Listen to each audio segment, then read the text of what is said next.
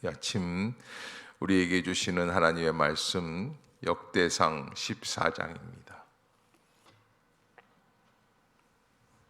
제14장.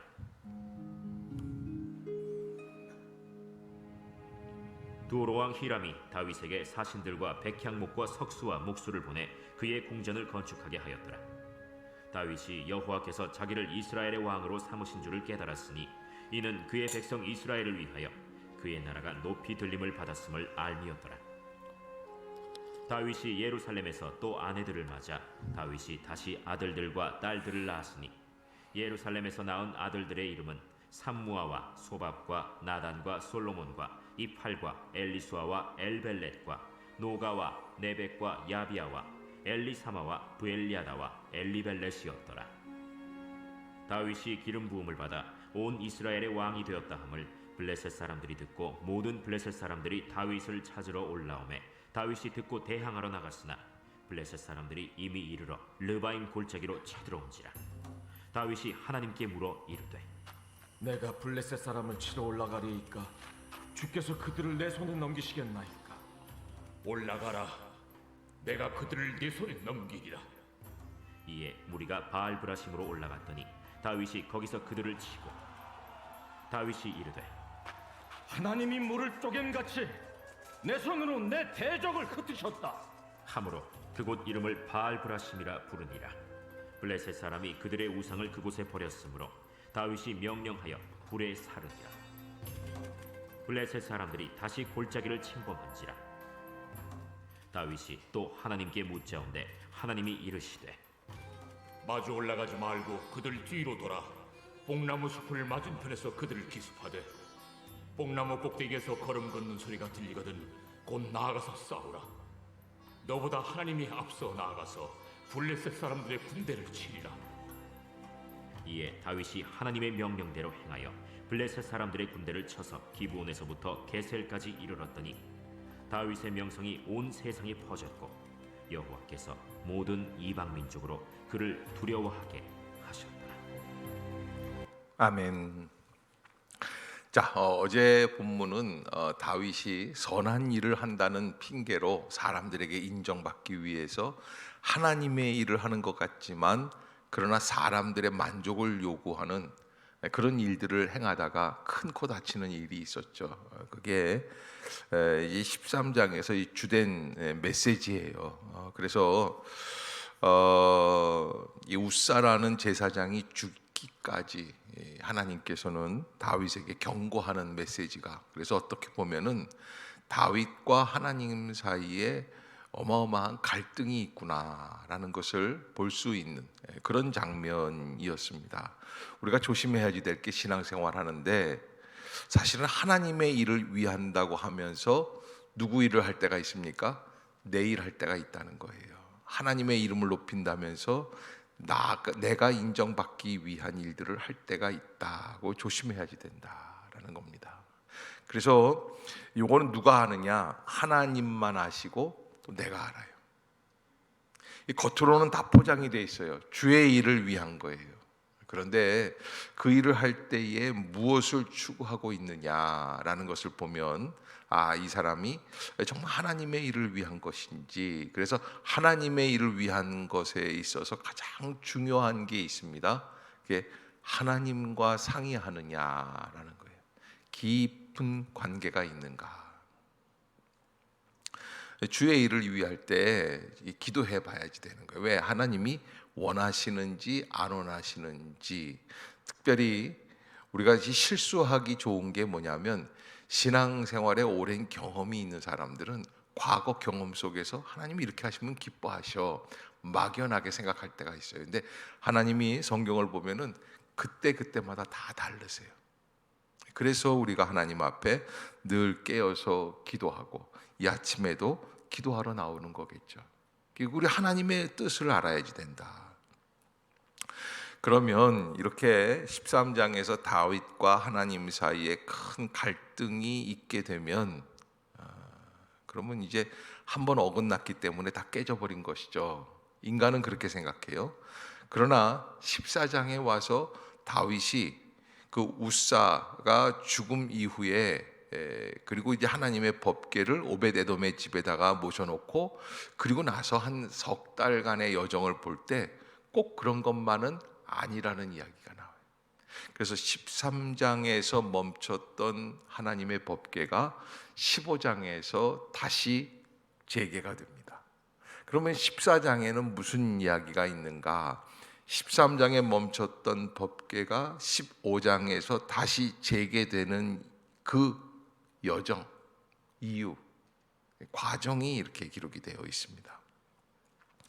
자, 이게 첫 번째 보면 하나님은 다윗을 치신 것 같은데 다윗을 멸시하신 것 같은데 그러나 다윗은 여전히 하나님의 은혜 안에 있음을 깨닫는 사건들이 14장에 기록이 되어 있어요. 이게 14장 1절에 보면 두로왕 히람이 다윗에게 사신들과 백향목과 석수와 목수를 보내 그의 궁전을 건축하게 하였더라. 이 두로왕이라고 하는 이 히람이라고 하는 사람은 레바논, 요즘으로 말하면 레바논입니다. 이스라엘 저 북쪽입니다. 북부 지역에 있는 레바논이라고 하는, 지금도 레바논이 있죠. 거기에 이제 기독교 국가가 세워져 있는데 이 레바논에 대한 나라, 그 나라 사람들이 다윗에게 충성서약을 하는 마음으로 다윗을 인정해주고 축복해주는 마음으로 시키지도 않은 백향목을 보내가지고 선물을 보내고, 백향목만 보내는 것이 아니라 석수, 왜? 돌 위에다가 백향목으로 나무를 집을 지어야 되거든요. 그래서 기초를 쌓는 석수를 보내고, 또 석수만 보내는 게 아니라 백향목을 다듬을 수 있는 목수도 보내고, 이렇게 지극정성으로 이 다윗에게 충성서약을 하는 모습을 보게 되는 것이죠. 그래서 그렇게 그 두로왕 히람이 자기에게 해주는 모습을 보고 2절에 보면 다윗이 여호와께서 자기를 이스라엘의 왕으로 삼으신 줄을 어떻게 했다? 깨닫게 되는 거예요. 이 하나님께서 나를 이렇게까지 사랑해 주시고 인도해 주시는구나. 그래서 이 다윗 궁전이 세워지게 되는 것이죠. 또 그 다음에 이제 한 가지 사건이 더 있는데 3절에 보면 다윗이 예루살렘에서 또 아내를 맞아 다윗이 다시 아들들과 딸들을 낳았다. 그래서 그 아들들의 이름들이 4절부터 시작해서 7절까지 쭉 기록이 되어 있는데 그 아들 하나에 아내 하나씩 그렇게 그런 것으로 알면 되겠습니다. 그래 이 점점 더, 그러니까 지금으로 말하면은 바람 핀 거라고 첩을 들인 거라 뭐 이렇게 생각할 수 있지만 그런 개념이 아니라 그때 당시에는 이게 뭐예요? 다윗 왕의 세력이에요. 왕의 부흥이에요. 그렇게 해서 아들들이 많아지는 것이죠. 이렇게 또 하나님이 내게 은혜를 베풀어 주시는구나. 그 다음에 이제 8절하고 13절에 8절하고 13절에 두 번에 걸쳐서 블레셋 군대가 쳐들어오는 사건이 있었어요. 블레셋 군대가. 그래서 이 블레셋 군대가 쳐들어오는 것은 왜 쳐들어왔는가? 조금 전까지만 해도 다윗이 어디에 있는 장군이었어요? 블레셋의 장군이었어요. 그러니까 블레셋에서 있다가 이스라엘로 다시 넘어가서 왕이 되니까 어떻게 되는 거예요? 자기네들한테는 배신을 때리는 거예요. 그래서 블레셋 사람들이 와서 다윗을 공격하게 되는 거예요. 그런데 그때 이 모든 일들을 어떻게 다윗이 해결해 나가느냐, 이 10절입니다. 10절 한번 같이 읽어보겠습니다. 시작. 다윗이 하나님께 물어 이르되 내가 블레셋 사람들을 치러 올라가리이까 주께서 그들을 내 손에 넘기시겠나이까 하니 여호와께서 그에게 이르시되 올라가라 내가 그들을 내 손에 넘기리라 하신지라. 아멘. 하나님께 어떻게 했어요? 물어봤어요. 자, 그렇게 하면서 또 13절에 다시 한번 2차 공격이 또 있었어요. 그때도 하나님이 똑같이 하나님께 묻고 하나님이 대답해 주시는데, 하나님이 이번에는 어떻게 대답해 주십니까? 공격하는 방법에까지 자세하게 얘기해 주시는 거예요. 자, 고개 좀 들어보세요. 첫 번째, 하나님이 나를 멸시하신다고 생각하고 나를 버리셨다고 생각하는 그런 메레스 우사의 충돌 사건이 있지 않습니까? 법궤가 멈춰선 거예요. 그렇게 좀 하겠다고 그랬는데 약 한 3만 명이 모였어요, 군사들이. 그래서 이루어진 일인데 그 앞에서 톡톡하게 망신을 당했어요. 자, 그런데도 불구하고 하나님이 막으셨다. 그런 블랭크, 공백 기간을 여러분들은 어떻게 감당하시겠습니까? 신앙생활 하다가 내가 막힌 것 같아요. 멈춘 것 같아요. 하나님이 나를 버리시는 것 같아요. 근데 오늘 14장의 내용을 보면 그럼에도 불구하고 여전히 나를 돕고 계시고 베풀어 주시는 주의 은혜를 살펴보아라. 그래서 찬송에도 있죠. 받은 복을 세어보아라. 아멘. 여러분 꼭 잊지 마세요. 하나님이 나를 다 버리시는 것 같을 때에도, 그래서 시편 103편에 뭐라고 그럽니까?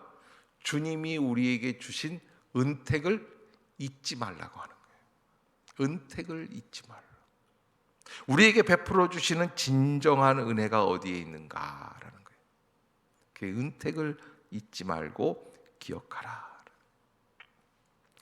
두 번째, 그러면 하나님의 은택을 잊지 않는 것으로 족하냐? 아니에요. 하나님이 14장에서 우리에게 알려주시는 것, 무슨 일을 하려면 어떻게 하라는 거예요? 하나님께 기도해라. 하나님께 여쭤봐라. 하나님의 세밀한 음성을 들을 수 있어야지 돼요. 하나님과 나 사이에 그 통로가 있어야지 돼요. 부부관계에 느낌이 있지 않습니까? 뭐라고 대답은 시원하게 안 해도 여보나 어떻게 해야 될 것 같은데, 이번 가을에 이게 필요한 것 같은데, 뭐 그랬을 때 느낌이 있잖아요. 그러면 막연하게나마도 저 남편이 나한테 하라고 그러든지 말라고 그러든지 그런 느낌이 있어요. 그런 것처럼 하나님 앞에 나아갔을 때 하나님이 나에게 뭐라고 말씀을 하시는가?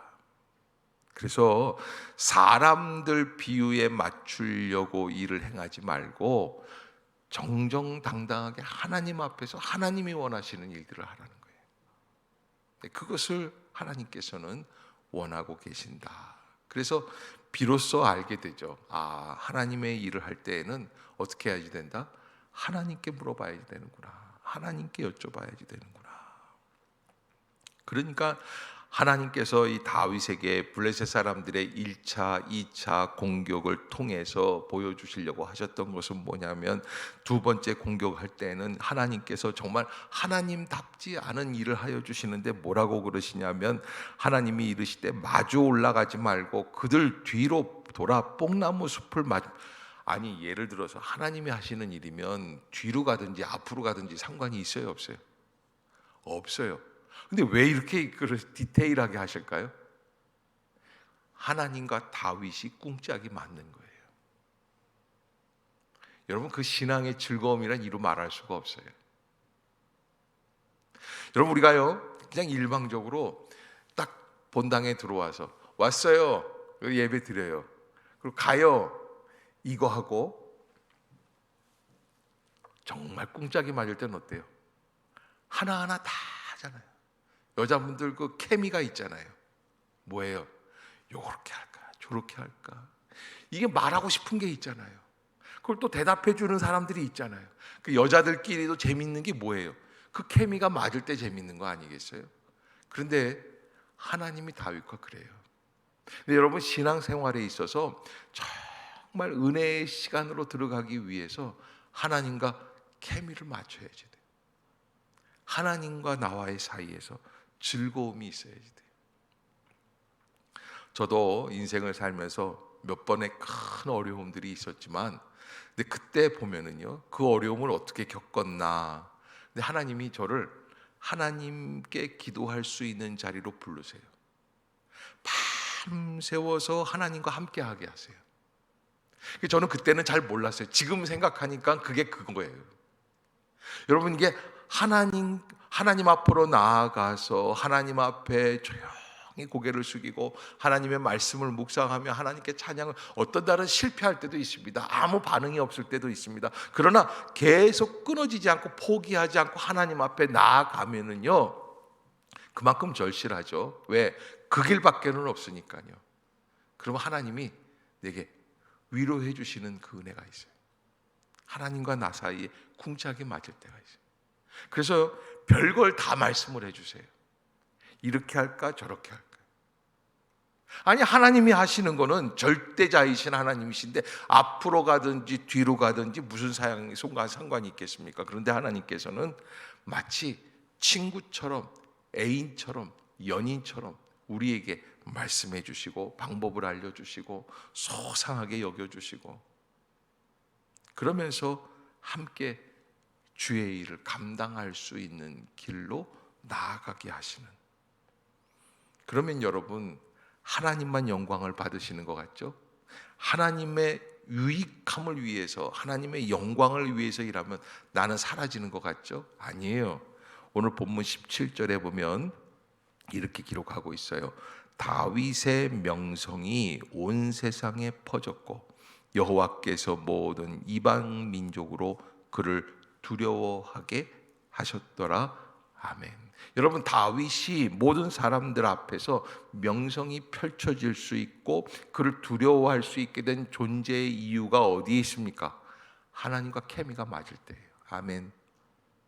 여러분, 사람들 앞에서 사람들의 입맛에 맞추려고 하는 게 아니에요. 제가 또 이런 얘기하면요, 이런 분들이 나와요. 나중에는요, 목사님, 저는 목사님 말씀대로 사람 비유 안 맞춰요. 무식하게, 쌍무식하게 사람들 다 무시해버리겠다는 게 그 얘기가 아니에요.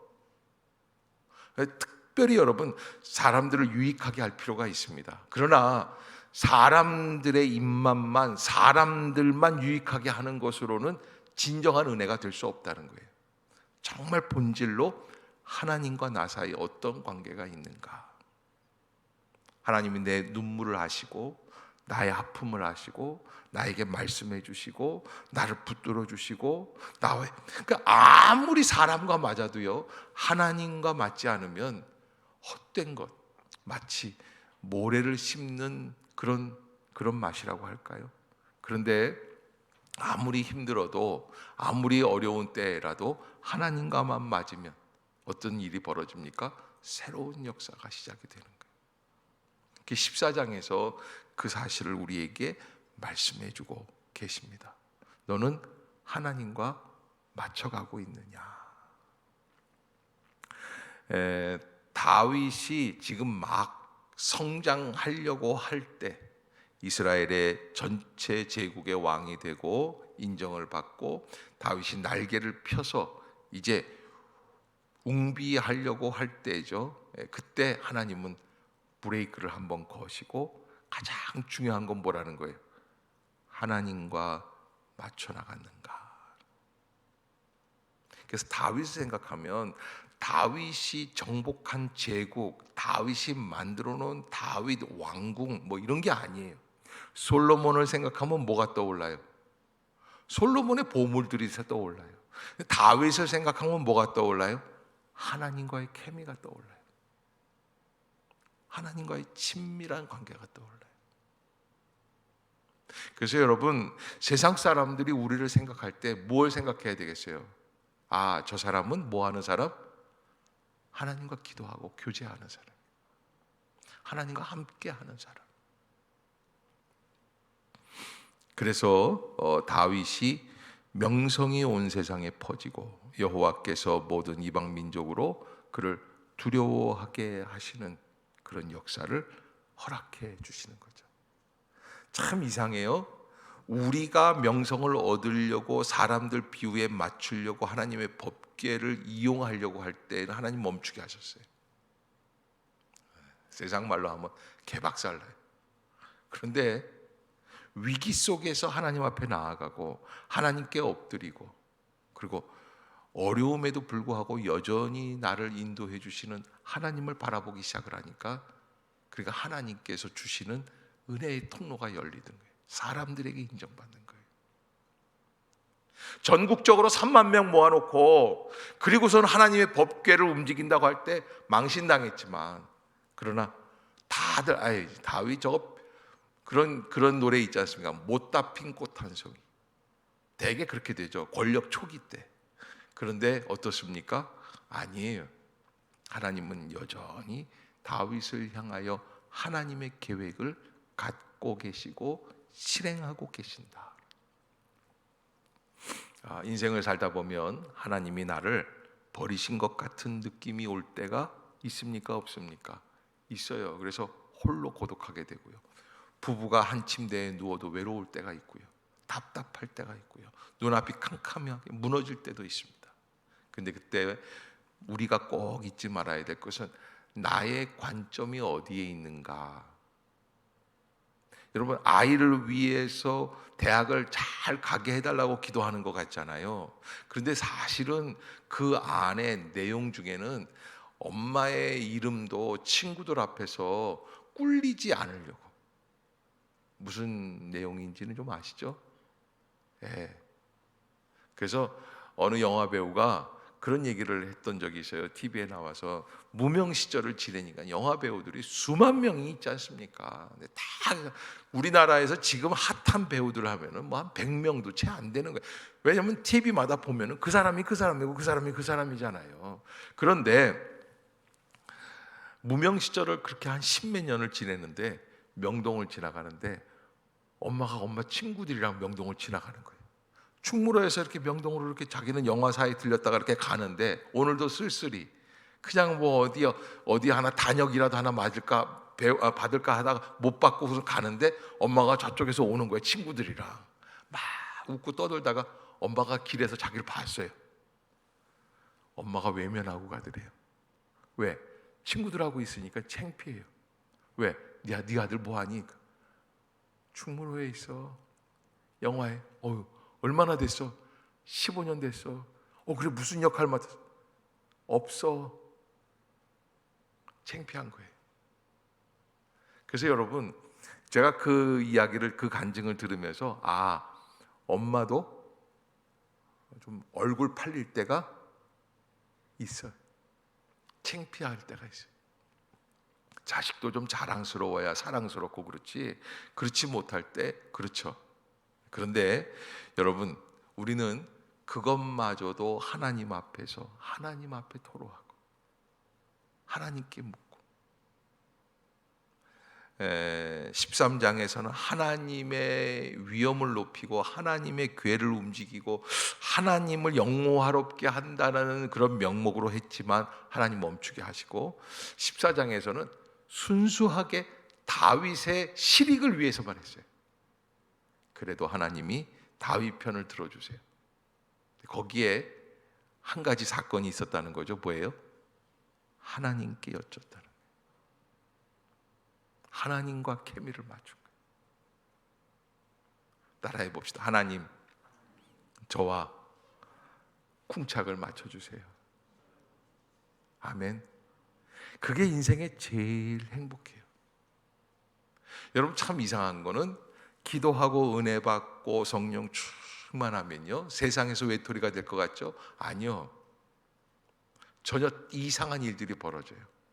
나는 하나님과 기도했는데 사람들이 나를 알아주는 역사가 있을 때가 있어요. 여러분, 저는 여러분들이 꼭 그 은혜의 자리에 한번 들어갈 수 있기를 바라요. 심지어 남편과 아내 사이에도 좀 관계가 좀 묘연하다. 그때 누구를 찾아가는 거예요? 하나님 가는 거예요. 예수 사랑하는 거예요. 자녀와의 관계도 그래요. 여러분, 나의 마음이 어디에 있습니까? 뭘 할 때 제일 신납니까? 저는 저희 집에서도 왕따죠. 왜냐하면 내가 원하는 걸 한 번도 얻어먹지를 못하니까요. 예. 근데 우리 집사를 이렇게 보면요, 아이들을 위해서 뭐 할 때는요 정신이 없어요. 힘든 줄을 몰라요. 여보, 나도 좀 뭘, 아까 먹었잖아. 근데 엄마들이 되게 신난 때는 언제예요? 자녀들 뭐 해줄 때예요. 그것만큼 신날 때가 없어요. 피곤하지도 않아요. 힘들지도 않아요. 그런데 여러분, 주의 일 할 때 언제? 여러분, 우리의 마음이 어디에 있는가? 나의 관심이 어디에 있는가? 저는 여러분들이 기도할 때 제일 신날 수 있기를 바라요. 드라마 볼 때, 연속극 볼 때 시간 가는 줄 모르잖아요. 어머, 벌써 다 끝났어? 어머, 벌써 다 끝났어? 근데 여러분, 기도할 때 벌써 교회 집에 가야 돼? 여러분, 저는 여러분들이 제가 좀 무리수를 둡니까? 여러분들에게 좀 무리한 걸 요구하는 겁니까? 근데 여러분, 꼭 신앙생활에서 기도하는 즐거움,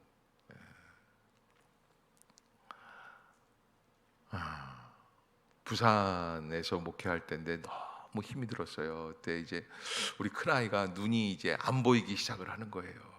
그래서 그때 걔가 이제 6살, 3살, 4살 요때인데 이제 좀 아내는 이제 또 아이를 데리고 치료차 이제 서울에 가 있고 저 혼자 이제 있는데, 금정산이라는 산이 있어요. 동네 온천장에 가면 그 산에 올라가면 기도원이 하나 있습니다. 그래서 산봉우리에 올라가서 기도를 하게 됩니다. 이 부목사 때인데 부목사님들이 사역을 다 마치면 제일 좋은 게 뭐예요? 집에 가서 식구들이랑 노는 거예요. 부목사 때는 뭐 교회 자체에 대해서 본질적인 고민을 안 하거든요. 그러니까 이제 일과 시간만 끝나면 너무너무 행복한 거예요. 뭐 친구들 만나서 뭐 놀러 가기도 하고 뭐 다 그럴 수 있는데, 저는 그럴 수 있는 게 없는 거예요. 얼마나 외롭고 힘이 들고 눈앞이 캄캄하고 어떻게 살아가야 될지를 모르고, 그래서 산에 올라가서 기도를 많이 했어요. 언젠가 한번 가을쯤 추석 때쯤인데 그 앞두고 산에 올라갔는데 한밤중입니다. 한 11시, 12시쯤 돼서 이제 내려오려고 이렇게 내려오는데 웬 여자분 한 분이 혼자 그 산속에서 바위 위에 올라가서 그래서 혼자 기도하는 거예요. 야, 그 산속에서, 여러분, 산속에서 제일 무서운 게 뭐냐면요, 저는 후레쉬도 안 켜요. 왜냐하면 다른 사람들한테, 다른 동물들한테 내 정체가 발각이 될까 봐. 누구 만나는 게 제일 위험하고요. 사람 만나면 진짜 경기를 일으키죠. 산에서 만나면 그 사람이 정신이 한밤중에 올라와 있는 정신은 나만 온전한 거지 그 사람이 온전한지는 보장이 안 돼 있잖아요. 하고서 덤비면 어떡하겠어요. 그러니까 정말 무서운 거예요. 사람 만나는 게. 차라리 동물을 만나는 게 나아요. 근데 그 아주머니가 한번 이렇게 내려오는데 달밤에 혼자 그 산속에서 기도를 하는데, 곡조는 좀 잘 안 맞지만 제 마음에는 큰 감동이 있었어요. 정말 이렇게 볼 때 성령께서 그분과 함께 한다. 그래서 저도 그 뒤에서 한참 혼자 그분을 위해서 기도하다 내려왔던 적이 있어요. 여러분, 이 기도의 케미가 맞아야지 돼요. 기도의 깊은 자리를 체험해야지 돼요. 얼른 집에 가야지, 뭘 해야지, 세상살이로 근데 정말 다 바닥까지 가서 망하면요, 그런 걱정할 것도 없어요. 옛날에 기도원 가면 그런 거 있잖아요. 다 망해서 오니까요, 그냥 금식할 수밖에 없고요, 하나님 앞에 울 수밖에 없고요, 하나님께 매어 달릴 수밖에 없고요, 세상을 걱정할 그 여력조차도 없는 거예요. 근데 그때 하나님을 만나요. 그런데 바닥으로 내려가기 전에 우리가 이 자리에서 마음 문을 열며 하나님의 음성을 들으면, 주님의 음성 앞에 간절히 내 마음을 토로하면, 그래서 절실하게 하나님을 원하면 주님은 우리를 만나주시는 줄로 믿습니다. 인생 대박이에요. 여러분, 그러면요, 겨울에도 옷 벗고 뛸 수 있다니까요. 비가 와도 바람이 불어도 은혜가 돼요. 우리가 신앙생활 할 때 그 즐거움이 있습니다. 실패됐다고 하는 자리, 하나님이 나를 버리셨다고 하는 그 순간부터 하나님은 더 간절하게 우리를 붙들어 주십니다. 내니 두려워 말라, 두려워 말라, 내가 너와 함께함이니라. 놀라지 말라, 나는 내 하나님이 됨이니라. 내가 너를 굳세게 하리라. 참으로 너를 도와주리라. 여러분, 아이가 잘 돼야, 남편이 잘해줘야, 돈이 잘 벌려야, 은행 잔고가 두둑해야 행복할 것 같죠? 아니에요. 분명하게 하세요. 하나님께서 나에게 말씀해 주시는 순간이 우리에게는 가장 행복한 순간입니다. 그분과만 함께라면 어떤 자리도 괜찮습니다. 그 길을 갈 수 있도록 해주시는 분, 그분이 나의 하나님이십니다. 기도하겠습니다. 사랑의 하나님, 은혜를 감사합니다. 이 아침도 저희를 깨우시고 주의 전으로 인도해 주시며 주의 음성을 들려주시고 다윗과의 교제, 다윗과의 관계에서 우리의 관계로 다시 한번 유추할 수 있도록 인도해 주심을 감사합니다. 하나님, 누구를 위한 길을 가고 있는지요? 사람의 만족을 위한 길인지, 하나님의 만족을 위한 길인지, 내가 선한 일을 한다고, 하나님을 믿는다고, 하나님을 위해 헌신한다고 하지만 늘 우리의 마음속에서는 헷갈리고 분주하고 괴롭고 힘이 들 때가 많이 있습니다. 무엇을 하다 지쳤는지, 무엇 때문에 건강을 잃어버렸는지 우리가 하나님 앞에서 한 번 더 생각할 수 있게 하여 주시옵소서. 하나님과 다시 회복되기를 원합니다. 주의 음성 앞에 나아가기를 원합니다. 주님 앞에 무릎 꿇기를 원합니다. 주님만 바라보기를 원합니다. 주의 음성으로 가득 채워지기를 원합니다. 주여, 우리 새벽을 주님께서 회복시켜 주시고 하나님 만나는 자리, 하나님 음성 듣는 자리, 하나님과 교제하는 자리, 하나님의 계획을 들을 수 있는 자리가 되게 하여 주옵소서. 이 나라의 민족을 붙들어 주시옵소서. 하나님, 다시 회복되어져 가는 일상이 멈춰지지 않게 하여 주시옵소서.